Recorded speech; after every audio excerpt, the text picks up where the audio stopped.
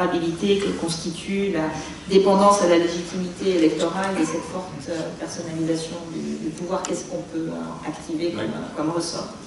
And now I'm going to turn to Kader Konuk, who is going to talk about the challenges to academic freedom in the 21st century in Turkey within the context of Europe. Thank you very much for introducing me, and thank you to Nora, of course, for inviting me here and making me part of this program. My French, unfortunately, is only on the level of school French, so I could follow somewhat the intervention of Ahmed said and the panels before, but I'm afraid that if you're going to ask me a question, please do so in Turkish or in English. Or in French, and I will translate. Thank you very much, that's very generous.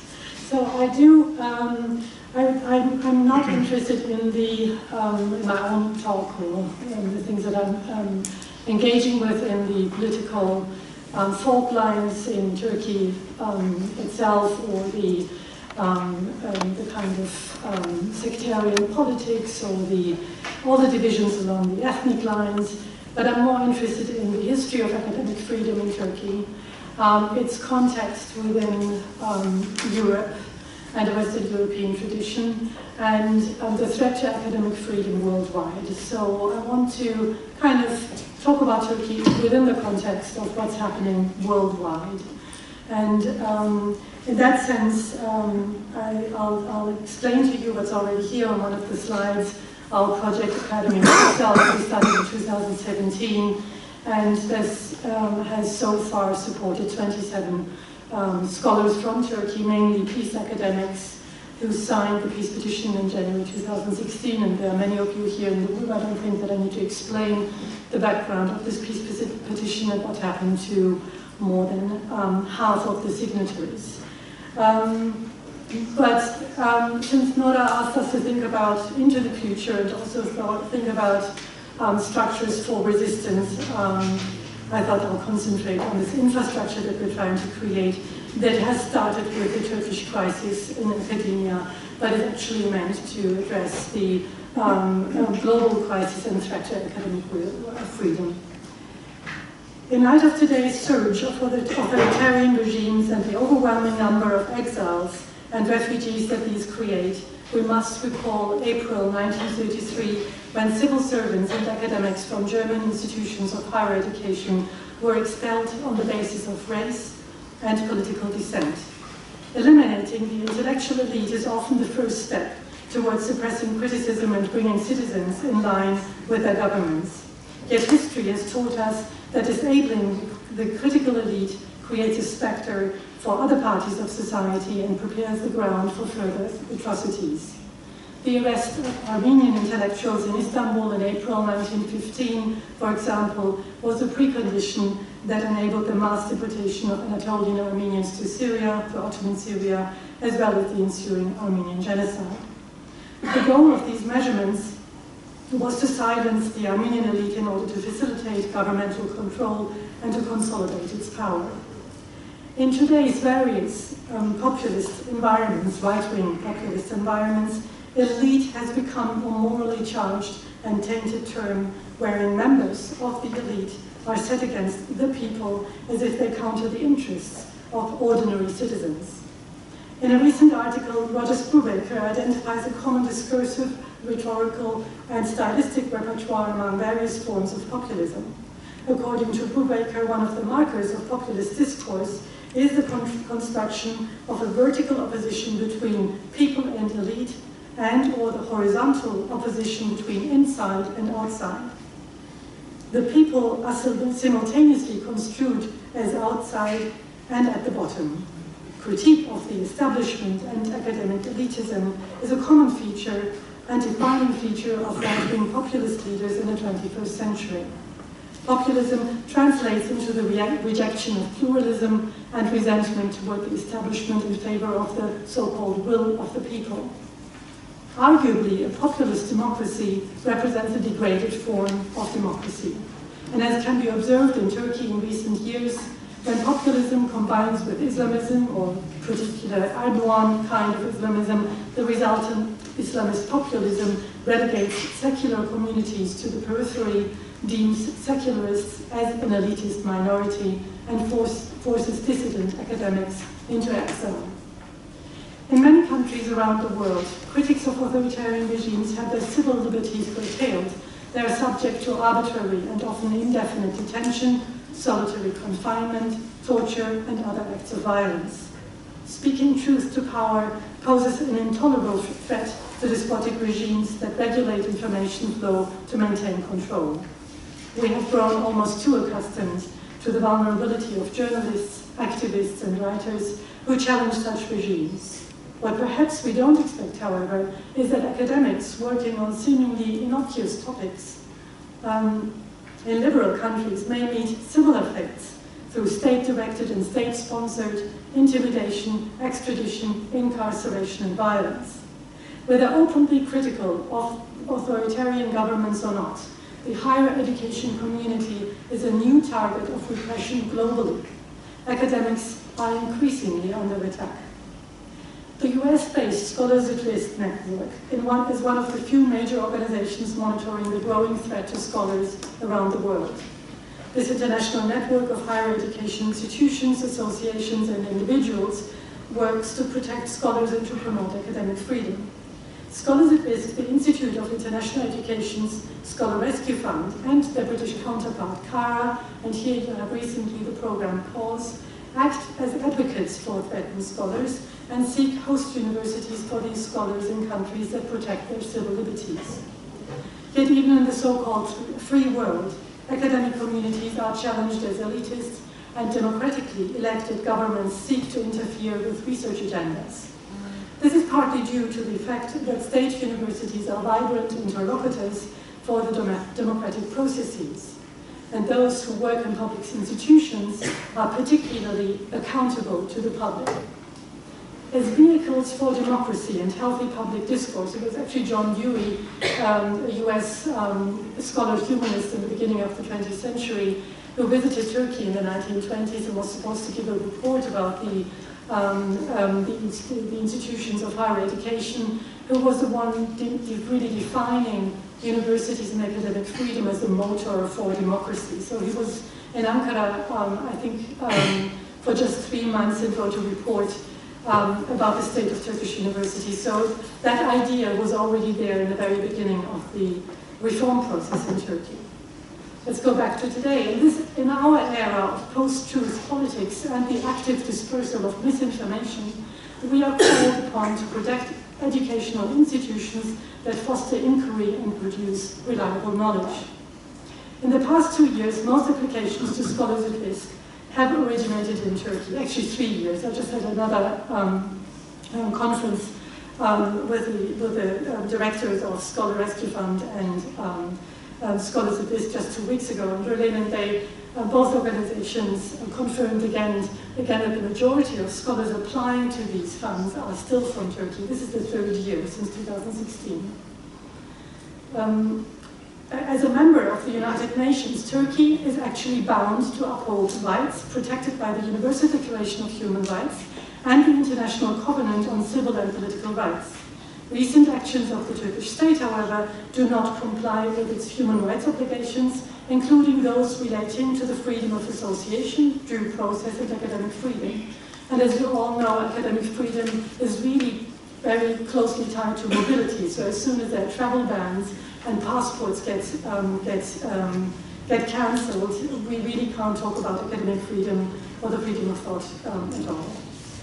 During the past 3 years especially, thousands of regime critics have been criminalized, imprisoned, and banned from their professions in Turkey. Without the possibility of employment, hundreds of scholars have left the country in an attempt to continue their critical work and lives in safety abroad. And we can talk about at least 150 peace academics who try to find long-term employment at German universities. Since 2016-17, the number has increased. The erosion of academic freedom is not merely symptomatic of the rise of political Islam and is far from being isolated in Turkey. Examples from other countries are perhaps less comprehensive in their verbal assaults on academic freedom, but are nonetheless equally characteristic of the current conjuncture. In 2015, for example, the Russian government accused the Center for Independent Social Research in St. Petersburg of acting as a foreign agent. And in 2016, gravely endangered the future of the European University at St. Petersburg, a distinguished private graduate school founded at the time of the Soviet Union's collapse in 1991. Also under threat in 2017 was the Central European University in Hungary, and now even more so because this American-Hungarian institution founded by the aim of promoting liberal values by the philanthropist George Soros has now been threatened and is actually on the move. The entire university is going into exile to Vienna. Other initiatives funded by Soros in Eastern Europe have likewise become targets, with the former Macedonian Prime Minister even calling for a de-Sorosization of society. And the Open Society Foundation just last year in October has decided to move its entire staff from Budapest to Berlin. And just a couple of months ago, the office of OSF in Istanbul was closed. Of course, Osman Kavala has been in jail for more than a year. But that's another story, how this kind of anti-Semitic populist rhetoric is really targeting everything that OSF has founded in the Middle East and in Eastern Europe. In Poland, on the other hand, the government has taken specific measures in this year to penalize suggestions of any complicity by the Polish state or people in the Nazi Holocaust. That means if you're, for example, a graduate student in history and you want to write a thesis about the Polish state, the involvement of the Polish state or Polish citizens in the Holocaust, then you really counter a lot of resistance, and you will you might be threatened by some academic measures. I only have 5 minutes, so I'll show you what we have done. It seems to be a little short, but let me just go then to my slides so I can show you how we, what our measures actually were in response to the current crisis. So we decided to, this is a lovely poem by Brecht. Anybody who can read in German will know this Brecht poem on the thoughts of exile, but I'll skip to the structure of the Academy of Exile that we have founded in 2017. First, I had meetings already starting in 2016 with scholars who had just arrived in Berlin, in Essen and Cologne, and collected them around my dinner table and decided that we need to take some action. We did approach the Volkswagen Foundation and asked them for funding. And after some meetings with institutions who then became our partners, we founded the Academy in Exile, that now is housed at the Cultural Studies Institute in Essen, and Nora we'd invited her for a conference in October last year on academic freedom. Our other partner is the Forum Transregionale Studien, that might be known to some of you, this project on Europe and the Middle East in Europe. And we started with these two institutions. In the beginning, we only had money for 6 fellowships, but we soon grew. And in the meantime, we have a council of 6 members who are members of German Institutes of Higher Education. I'm the director of the Academy. And the number of fellows in the meantime that we have supported has risen to 27. 6 of those got emergency stipends. 1 was funded with a guest professorship. And the others have either 1 or 2 year fellowships so far. These are the foundations that have institutions that have supported us. In the meantime, the Mellon Foundation in the US has joined us and is supporting a specific program at the Freie Universität in Berlin that I'll talk about briefly.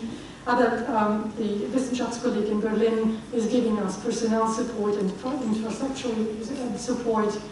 This quickly, just to show you, we are the members in the council. And recently the Freie Universität has joined us. And I'll talk briefly about the call that we first put out in 2017 in October, before the trials started. And it was just maybe a week or 2 before the first trial started against the peace academics. And we put out this call for 6 fellowships for 2 years. And the number of applications that we had expected was maybe around 40 or 50. And we only sent it into the peace academics networks and a few others that we knew that were like-minded, and our fellowships are really for those scholars who either have an academic or civic engagement for democracy, human rights, and peace. And we received 120 applications within 2 weeks. And this was an overwhelming number, and I just want to show you the kind of distribution. Because at the Academy we want to concentrate not on the specific, we are not a humanitarian organization who is trying to help the scholar per se, but we're trying to identify the knowledge that is pushed into exile and the knowledge that is at risk in specific areas.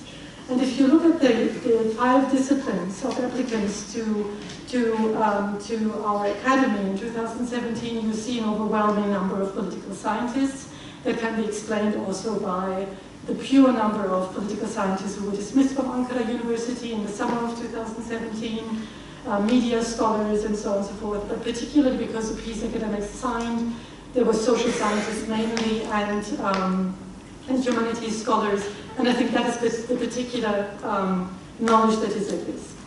We have here a distribution now of the academic disciplines of our 27 fellows that so far have been funded.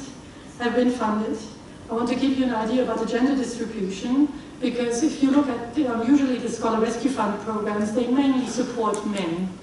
But the applicants from Turkey are almost, at least to us, these are the numbers that are known to me, the applicants from Turkey were almost half of them were women. And in the meantime, we've really realized that a lot of gender studies scholars have left Turkey and have joined us at the Academy itself. Recently, somebody from Ankara University, who was a pioneer there and started the gender studies program, has joined us in Berlin. We do not give out any names, but many will be known to you. But you'll see that we have also paid attention to gender distribution when we gave out our fellowships. This is really different from Syrian scholars, for example, where you will have many more male candidates. These are the PhDs of applicants and fellows. You'll see that most of the PhDs were originated in Turkey, but because we always asked, like, how did you choose your fellows? It really is based on academic risk, academic merit and risk status. And we do not grade the risk, we just say yes at risk or no at risk. It doesn't matter if somebody is threatened with jail sentence or if somebody might have had some intimidating encounter on their campus. So we just said risk yes or no, but really took the best in the pool of the 120. And so far you can see that those who were actually, this is a kind of negative side effect of our selection procedure, is that those with international PhDs who are already mobile and had connections abroad and had international publications were those that we actually also mainly selected for our program, which makes it also very successful. But you can see that those that we have neglected, which comes out in this graph, is those with a PhD in Turkey, so that a Kurdish scholar with a PhD from Mersin University really has had little chance to get a fellowship with us, although we had an eye on it. So I'm just saying that that's a self-criticism. The time since completion, the location of at the time of application to 2017, you can see. This is our new partner, the Freie Universität. I'm just coming to the end because we started a critical thinking program at the Freie Universität Berlin with 8 fellows funded mainly by the Mellon Foundation. And this should allow us to do some tandem teaching with scholars in Turkey.